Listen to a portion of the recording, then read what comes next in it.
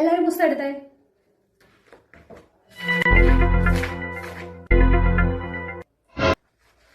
ഇത്രയും ഒരു പുസ്തകം കൊണ്ടുവന്നിട്ടില്ലേ? ചേച്ചി പുസ്തകം കൊണ്ട് വന്നില്ലേ?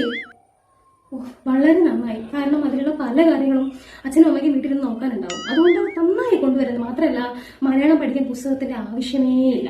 ഇപ്പൊ ഈ കവിതയൊക്കെ ആയാലും ടീച്ചർ വെറുതെ വന്ന് ക്ലാസ്സിൽ പൊക്കോളുമല്ലോ. അതുകൊണ്ട് കൊണ്ടുവരണ്ട. പുതിയ ലിപ്സ്റ്റിക്കിന്റെ ഷെയ്ഡല്ലേ, നല്ല ഭംഗിയുണ്ട്.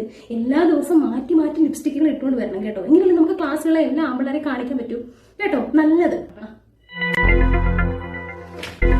അപ്പൊ അങ്ങനെയാണ്. ടീച്ചറെ, പ്രബലാധിപന്റെ അർത്ഥം ഒന്ന് പറഞ്ഞു തരുവോ? നിനക്കേ കഴിഞ്ഞ ഓണപരീക്ഷയ്ക്ക് എത്ര മാർക്ക് ഉണ്ടായിരുന്നു? എത്ര മാർക്ക് ഉണ്ടായിരുന്നു? സംശയം ചോദിക്കാൻ ഒരു കുഴപ്പമില്ല അല്ലേ? സംശയം ചോദിക്കാൻ ഒരു കുഴപ്പമില്ല. എഴുതി മാർക്ക് മേടിക്കാനാണ് നിനക്ക് പ്രശ്നം അല്ലേ? കരിമുകിൽ പോലെ വേലക്കാർ.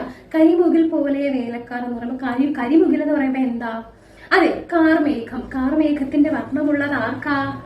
അതെ, ശ്രീകൃഷ്ണന്. അപ്പൊ ശ്രീകൃഷ്ണന്റെ വേഷവും ധരിച്ചുകൊണ്ട് പണിസ്ഥലത്തേക്ക് ആര് വന്നു എന്നാണ്?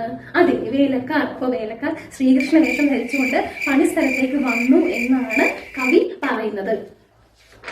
ടീച്ചറിന്റെ മൂക്കുത്തി കാണാൻ നല്ല ഭംഗിയുണ്ട്. ആണോ? ശരിക്കും ഭംഗിയുണ്ടോ? ആ, ശരിക്കും. ഞാനേ കുറച്ച് ദിവസമായി ഇത് വാങ്ങിയിട്ട്.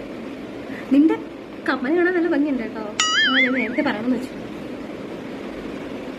ഇനി സ്കൂളിൽ വരാതിരിക്കരുത്, എല്ലാ ദിവസവും വരണം കേട്ടോ.